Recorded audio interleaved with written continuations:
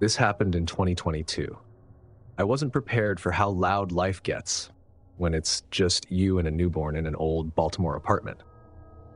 The building was brick outside and thin plaster inside, which basically meant every sound belonged to everyone. In 2022, I was newly single, working remote 3 days a week for a nonprofit, and measuring time in ounces. 4 ounces bought me 30 minutes. 2 ounces meant we were up again before the microwave beeped. The place was a third-floor walk-up. My unit had a narrow living room, a galley kitchen that looked into brick, and a small bedroom where the crib fit only if I turned it sideways. A radiator rattled when it felt like it. The first month was a fog. I love my daughter completely, but I also said, I can't do this to the sink more times than I'll admit. The first time he yelled, she was 4 weeks old. She had one of those mysterious nighttime cries, not hunger or a wet diaper, just fury at existing. I walked her around the living room when someone pounded the wall so hard a framed print tilted. Then a man's voice came clear through the drywall. "Shut it up!" I froze, stunned. My daughter paused, then started crying harder. I whispered, "I'm trying," though I knew he couldn't hear me. I thought it could have just been a bad moment from a tired neighbor. But it happened again. Not every night, but enough. Every time she cried too long, he'd hit the wall and shout. First it was "Quiet that thing." Then, "Make it stop." His voice carried a hard edge, sometimes slurred, sometimes sharp. I tried everything: white noise machines, rolled towels at the baseboards, moving the crib to the far wall. I spoke in whispers after dark. Nothing helped. The yelling got under my skin in a way I hadn't expected. My daughter was too little to understand, but to me, it felt like someone was cursing her for existing. Then came the first note, folded, wedged in my doorframe. "Teach your baby manners." Blue ballpoint, cramped letters. I snapped a photo, put it on top of the fridge, and emailed my landlord. She said babies cry, it was normal, and to let her know if it escalated. The next note said, "If you won't control it, I will call someone who can." This one taped right to my screen door. I photographed it too. My sister told me to start a paper trail and get a camera. The third note chilled me. Printed neatly on a computer, "I know when you feed her. 1 a.m., 3:30 a.m., 5 a.m. At the bottom, a coffee ring. He wasn't just annoyed anymore, he was keeping track. I finally decided to confront him. At 9 in the morning, baby strapped to my chest, I knocked. He opened the door like the knock insulted him. He was younger than I expected, late 30s maybe, with gray skin and a crab t-shirt. He looked at my baby first, then at me. "I live next door," I said. "I'm doing everything I can.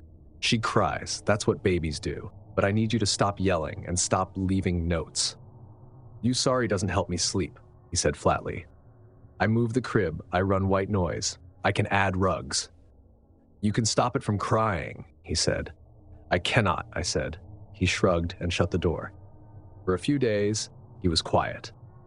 Then one rainy night, it started again. "Enough, pound. Enough."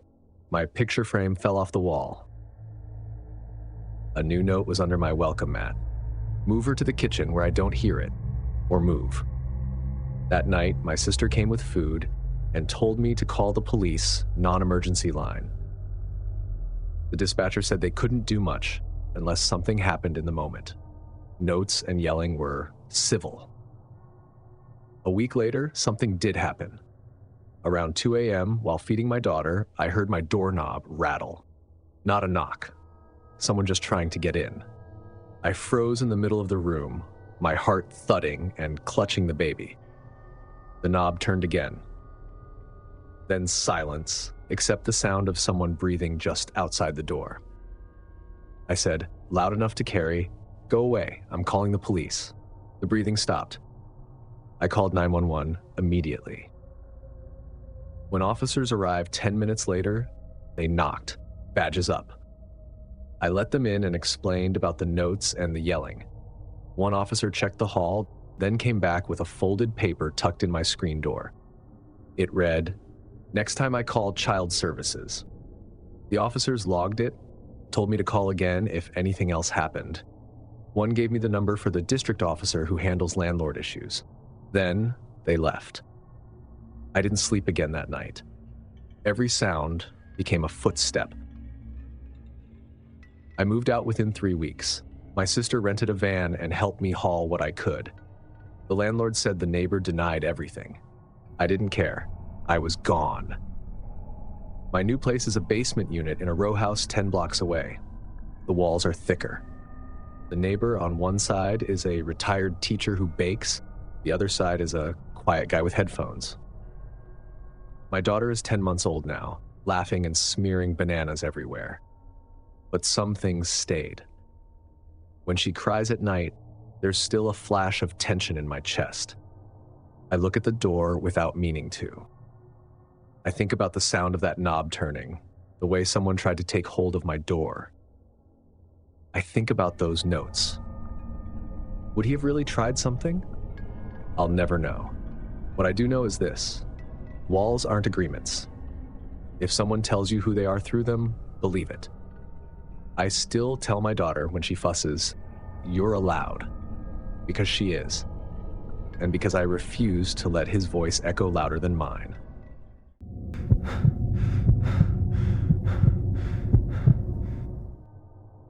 When my youngest left for college in 2021, I started looking at my house differently. For 20 years, it had been filled with the constant noise of kids. Friends coming through the back door, music too loud in the basement, and cereal bowls left on the counter like offerings. Suddenly it was quiet, and quiet can feel like possibility. The house itself sat on a tree-lined street in a neighborhood where everyone knows when you mow and whether your porch light burns out. My place was modest but cared for. Fresh gray trim, lilacs along the fence, and a front lawn I kept trimmed sharp enough to make my dad proud. Inside, I polished the hardwood floors until they gleamed and set a lemon candle in the kitchen before every showing. I wanted buyers to imagine stepping into something easy, something fresh. I was ready to downsize, maybe find a condo near the Centennial Trail. Less mowing, more walking. A new chapter. That was the plan, until Mia, my neighbor, stepped in. Mia lived next door in a one-story with overgrown planters and too many boxes stacked on the porch. She was about my age, maybe a year younger, always in running shoes, though I never saw her run. We weren't friends, not even really acquaintances, just the polite wave when trash bins rolled out. That was enough for me. The day after the for sale sign went up, she cornered me at the mailbox. "I saw the listing," she said, leaning one arm across the lid like she owned it. "You can't sell without my permission." I laughed, thinking it was a joke. "This isn't an HOA," I said. She didn't laugh. She looked at me with that squint people get when they're picking their words one by one. "We have to approve. We can't have just anybody moving in." I told myself she was eccentric and walked away. But it stuck with me. The way she'd said, "we," like she spoke for the entire block. Then, on the morning of my first showing, I found flyers scattered across my porch and lawn. Big red letters screamed, "Is your neighborhood safe?" They advertised a home security company. At first, I thought it was coincidence, until I noticed the same flyers tucked under the wiper blades of my realtor Julie's car. The next day, a bag of trash appeared neatly dumped in the patch of grass by my walkway. Coffee grounds, spoiled lettuce, and something sticky that left ants marching by afternoon. I cleaned it up, grumbling, but something about it felt intentional. Then I caught her. A couple from Coeur d'Alene came to tour. I'd stepped out to give them space, walking to the grocery. When I returned, I saw Mia at the property line talking directly to them. "There's been car prowls here every week. she said, loud. And that roof? It's original. 15 grand at least. The couple looked between her, my house, and their realtor. Within minutes, they left. Julie met my eyes. She didn't say anything, but the frustration in her eyes was clear and said, enough. I confronted Mia at the mailbox a few days later. Please stop talking to buyers, I said firmly. It's harassment. She smiled with that condescending air like she was humoring a child. I'm just informing. If they can't handle the truth, maybe they don't belong here. After that, things escalated. A bright orange city code notice appeared taped to my door. Possible violation, contact inspector. It listed excessive weeds and deteriorated fencing. I panicked for half a day until the inspector himself showed up, looked around, and shook his head. Your yard's fine. Fence is fine. Complaint was anonymous. He didn't say her name, but his eyes slid to her house before he left. Showings became exhausting. I'd sweep up broken glass mysteriously appearing on the walkway. Buyers would arrive to find bags of garbage on the lawn. Once, Mia intercepted 2 women touring and told them loudly, "She's selling because of crime. Ask her." Another time she shouted, "Did she disclose the sump pump? I don't even have a sump pump." I started documenting everything. Photos, dates, screenshots. Julie said it was the best I could do, short of legal action. The worst came on a bright Saturday morning. A young couple stood on my porch asking about price. They looked perfect. Serious questions, hopeful eyes.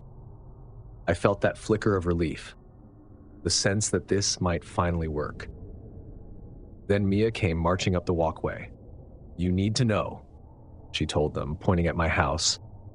She didn't disclose the basement leak, and this neighborhood is full of break-ins. She waved her phone like proof. "I'll call the inspector again."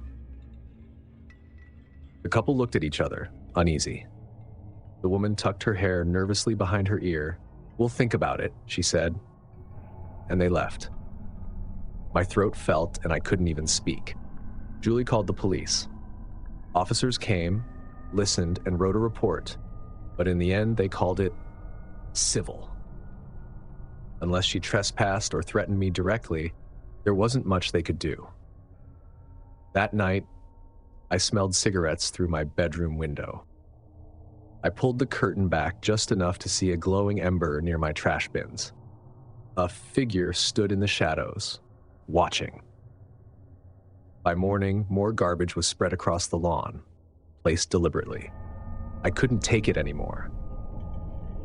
Within weeks, I accepted a lower offer from a woman who toured midday when Mia wasn't home. The inspection passed easily. I packed quietly, moved to a townhome near the river, and didn't look back. But the damage stuck around, quiet but heavy. Even now, when I hear a neighbor's wind chime or see someone hovering near a mailbox, I feel that same tension coil in my stomach.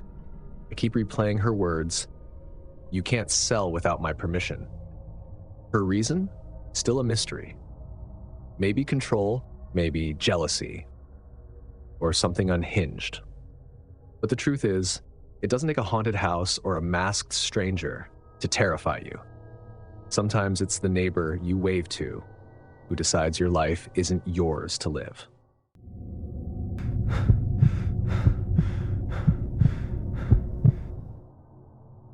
By 2016, I was 52, retired, and finally learning what quiet felt like. I left the Department of Corrections at 50. 30 years of concrete, keys, and broken promises will grind you down in ways sleep can't fix. I lived in a one-story place on the south side of Baton Rouge with a deep backyard. I kept the grass trimmed, did little projects around the shed, grilled when the Saints played, and sat out on the back steps with a cold can while Jasper, my shepherd mutt, trotted the fence line like it was his beat. I liked routine. I liked order. A man doesn't spend 3 decades walking ranges without craving a yard where things stay put. The fence had been there when I bought the place. 6-foot cypress privacy boards running the line, with old chain link behind it that marked the true property boundary. I'd replaced 3 posts over the years, dug them out with an auger, and set them deep. That fence wasn't pretty, but it stood straight, and that was good enough. That spring, a guy moved in next door. Travis, late 30s, thin, shaved head, drove a lifted black pickup with tires that belonged on farm equipment. Said he did contracting, which around here could mean sheetrock, wiring, or nothing at all. Odd hours, baselines late at night that made the boards hum. We shook hands the first week. Nothing unusual. The first problem came 2 months later. I was raking magnolia leaves when I saw him stretched out with a tape measure along the back fence. He straightened up and waved me over like he'd found something important. "You know this fence is on my property," he said. I told him the truth. The fence sat a foot inside mine, leaving the easement clear so Entergy could get to the line. "Been that way since before me," I said. "My survey shows different," he said. "Show me the survey," I answered. He said he'd get it from a guy. I didn't think much of it. People love to talk about surveys they can't produce. A week later, I found 2 panels down behind the shed, nails scattered in the dirt like teeth. Not wind damage. Hands had been there. I bolted them back with lags this time. Next morning, Jasper found a Popeye's bag tossed into the grass, grease still wet. A half-gnawed bone lying clean, untouched. Jasper would have shredded that bone if he'd gotten it. That meant someone threw it in overnight. It kept happening. A beer bottle upright in the lawn like a marker. A smear of something rancid on the shed door. At first I thought maybe kids cutting through, but then I set a trail camera. Day 3, the footage caught Travis in slides and gym shorts, leaning over to toss something underhand. I walked to his porch with the printouts in my hand. He opened the door with a thin smile. "Stop throwing things in my yard," I said. He shrugged. "Could be raccoons." "Raccoons don't shop for stew meat," I told him. "You keep it on your side, I won't call the sheriff." He stepped closer. "You think you can tell me what to do?" "I'm telling you not to poison my dog," I said. My voice stayed flat. Years of corrections teach you how not to give a man the reaction he's hunting for. After that, Jasper started finding little piles of raw meat along the fence line. I picked them up with gloves and a bucket, cursing while the cicadas screamed overhead. Jasper whined when I kept him leashed, ears flicking toward the fence. I set more cameras, this time up high, wired, out of reach. Got him again. Travis sliding meat under the boards like it was a game. I brought the stills to his face. He didn't deny it. Just smiled that smile and called me warden. I'd never been a warden, but I knew what he meant. The shed door started showing scratches. Words carved into the paint with a nail. Nothing clever, just nasty. I painted over twice. The third time I left it, filed a report with the parish deputy. The young officer told me to keep documenting and said, "Call us if it jumps a lane." It felt like it already had. August. Heat baked into the ground. I was on the back steps with a can in my hand, Jasper sniffing his usual rounds. He froze near the shed. Not barking, just that stiff, ears-forward stare dogs do when the yard has changed. I set the can down, picked up the heavy flashlight by the door, and walked the edge with the beam off. When I flicked it on, the light caught him. Travis stood just beyond the fence, pistol hanging by his thigh. He was talking low, muttering about trespassers. "Travis," I said, "put the gun back in your house." He raised it slightly, not aiming, but not resting either. "You're on my line," he said. "I'm on mine," I told him, "and I've got you on camera." Jasper's claws tapped the porch wood, and Travis twitched the pistol toward the sound like he was pointing at a ghost. I backed to the house, dialed 911 on speaker. "Neighbor dispute with a firearm," I told dispatch. Man armed at the fence, pointing toward my property. We waited 10 minutes that felt longer than my whole career. Travis paced, muttering about how I had it coming. I stood in the doorway with the beam steady on his chest, not his eyes. Blue lights washed the boards. Officers ordered him to put the weapon down. He set it on the dirt and stepped back slow, like he was showing the world he knew how to act right when eyes were on him. They cuffed him and vaulted the fence.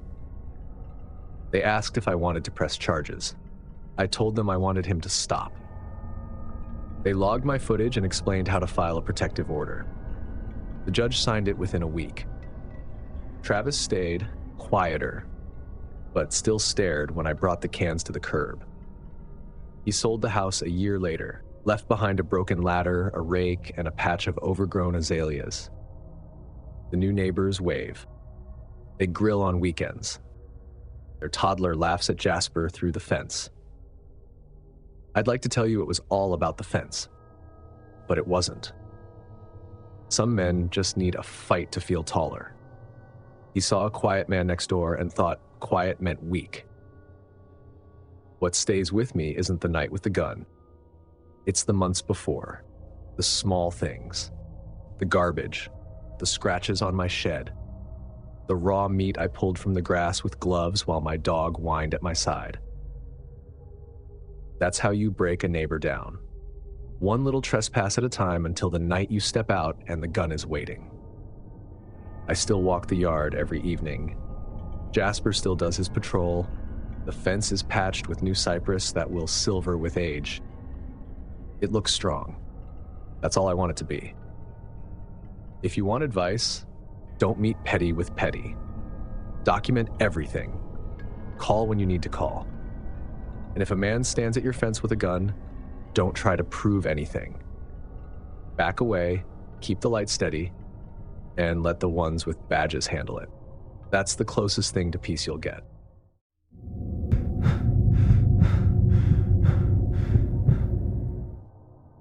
That year, I was managing a pet store in Springfield, Illinois. People think that kind of job is just feeding fish and scooping kibble, but it's constant. Customers asking which toys won't shred in a day, someone bringing in a lizard that hasn't eaten, kids pressing their noses to the glass tanks while I refill the crickets.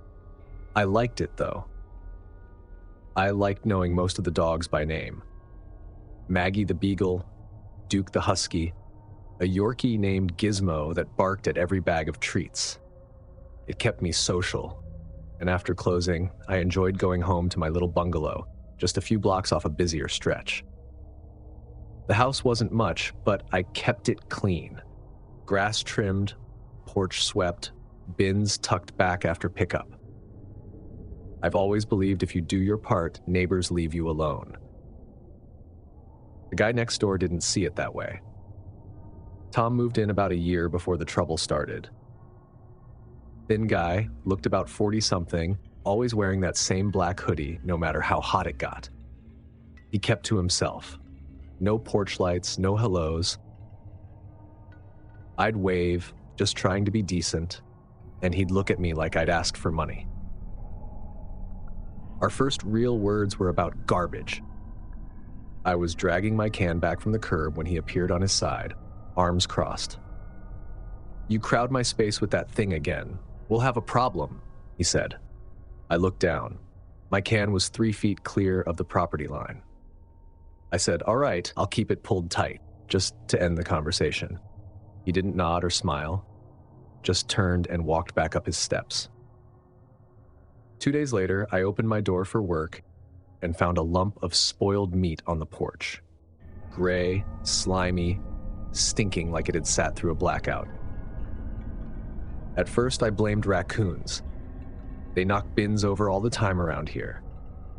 I scooped it with a shovel, dumped it in a bag, bleached the boards, and tried to laugh it off. At work, I joked with a coworker that raccoons were leaving me gifts. A week passed. Then one morning, there was a Ziploc bag set upright on the mat.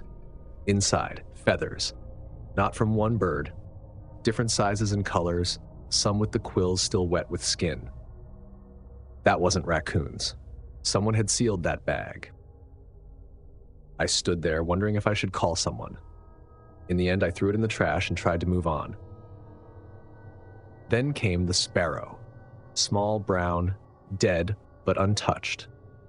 It wasn't sprawled. It had been placed right in the center of the mat, with its wings tucked and head turned like it was sleeping. I took a photo before I bagged it. Proof. Because I knew if I didn't, my mind would try to downplay it later. That one changed everything. Spoiled meat could be trash. A Ziploc could be some sick prank. But a sparrow arranged like a gift? That was intent. Around that time, I caught Tom watching me. I came home from work, arms full of groceries, and he was on his porch with a cigarette, eyes flat, following me as I climbed the steps. I thought about asking if he'd seen anything weird, but the way he looked at me froze the words. It wasn't curiosity. It was something else. One morning, there was a nickel on the mat, heads up. Next to it, a small tuft of rabbit fur. No body. Just fur and a coin, as if someone wanted me to know they could leave anything they wanted, anytime. I bought cameras that day. One over the porch, one covering the side gate. The cameras caught a blur at 4 a.m., a gloved hand reaching into frame, placing something, then pulling back fast. No face, no details. Just proof someone was doing this on purpose. I printed a still and walked to Tom's porch. He opened the door a crack, hoodie up, smoke curling out. "Recognize this?" I asked, holding the photo. He didn't even look. "Control your trash," he said, and closed the door. Thursday morning, I opened the door and froze. A rabbit lay across the welcome mat. That wasn't an accident. It didn't fall. Someone placed it there on purpose. My hands shook as I bagged it. I called the police, and 2 officers came out. They took photos, watched the camera clip of the hooded figure bending down to position it. Then they walked next door and spoke with Tom.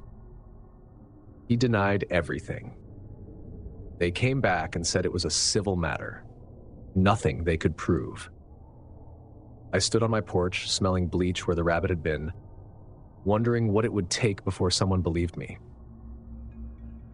After the rabbit, it stopped. No more feathers, no more meat, no more animals. The silence itself felt staged, like the point had been made. Every time I opened the door, I braced myself for something waiting. My phone pinged all night with motion alerts that turned out to be moths or branches. I started talking about moving, even though I hadn't planned to leave for another year. I finished the lease but didn't renew. I found an apartment above a bakery downtown. No yard, no porch, no mat. Just a locked stairwell and the smell of bread at 6 a.m. The worst part is knowing someone wanted me to see those animals, wanted me to think about them every time I stepped outside. And it worked.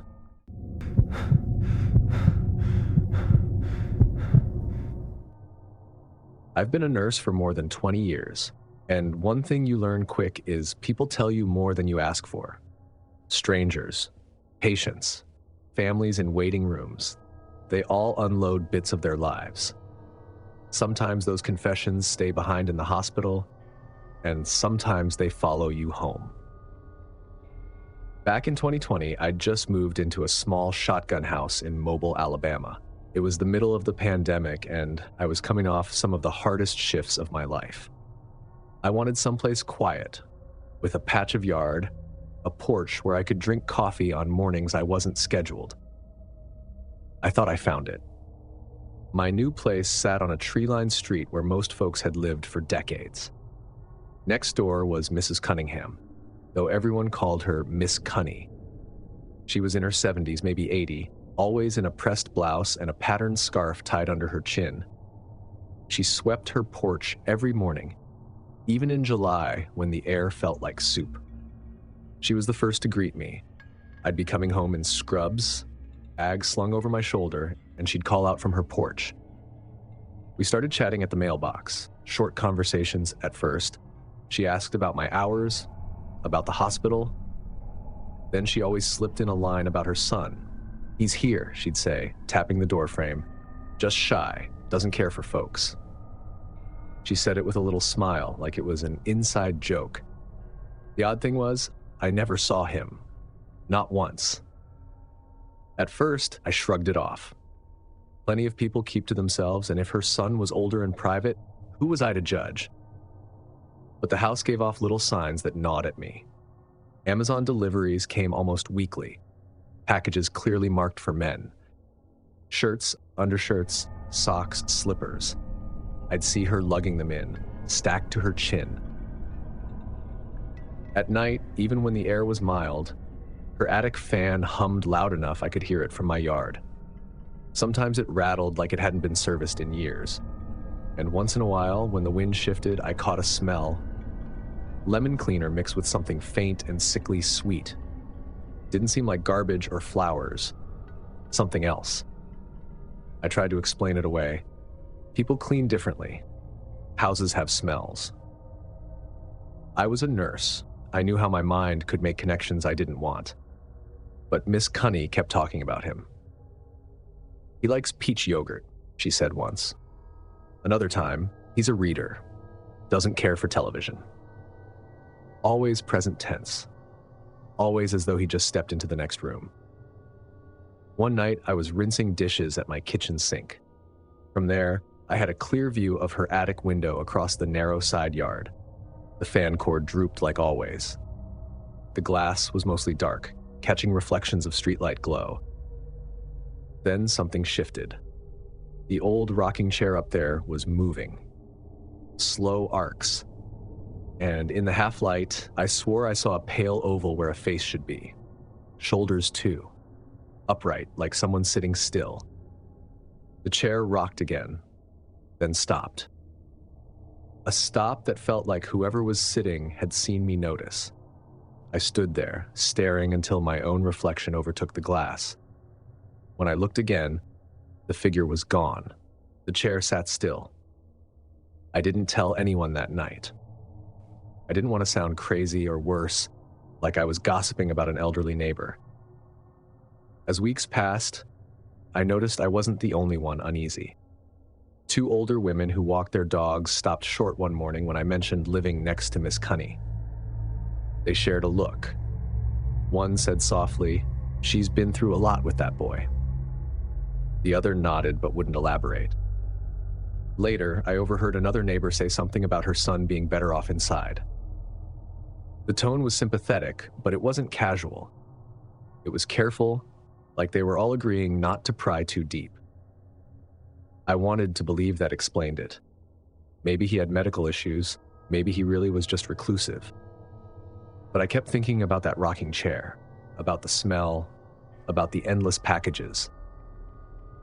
Miss Cunny herself never acted like anything was wrong. She'd bring up her son like he was just behind the wall. "He reads until late," she told me once. "I keep the light on in the attic for him." Another time, "He doesn't like strangers looking in. That's why I keep the curtains drawn." The way she said it, it was tender, almost protective. I didn't doubt she loved him. I just couldn't make sense of why no one had ever seen him. And once, as she was speaking, she looked back at her front door, almost like checking that he wasn't listening. In early September, I saw her at her mailbox, hand pressed to her chest, face pale. I offered to walk her back up the steps. She thanked me, saying her knees were worse lately. When she sat down on her porch chair, she smiled and said, "We always take care. That's how we make it this far." We, meaning her and her son. I believed her because it was easier. 3 weeks later, the street filled with flashing lights. Police cars. Then an ambulance. Word traveled quick. No one had seen her in days. I stood at my fence as officers went in. They were inside for hours. Too long for a simple wellness check. More cars came. Men in gloves carried black cases. A stretcher came out, covered, and I knew she was gone. But they stayed. And the way their faces looked, it wasn't just grief, it was unease. Rumors spread in whispers. Some said there had never been a son. Others said there had been, once. The truth came out days later. There had been a son. And upstairs in that attic, they found him. Seated in a rocking chair by the window. Dressed, shoes tied. Clothes changed often enough to keep things intact. Miss Cunny had kept him there. Preserved, tended, made to look like he was simply shy, not gone. Her niece came to collect things. She looked gray, worn, like the weight of explaining would never leave her. The city boarded the house. Geraniums wilted on the porch. The attic fan finally stopped, but the smell of lemon still drifted when the air was damp, like it had seeped into the wood.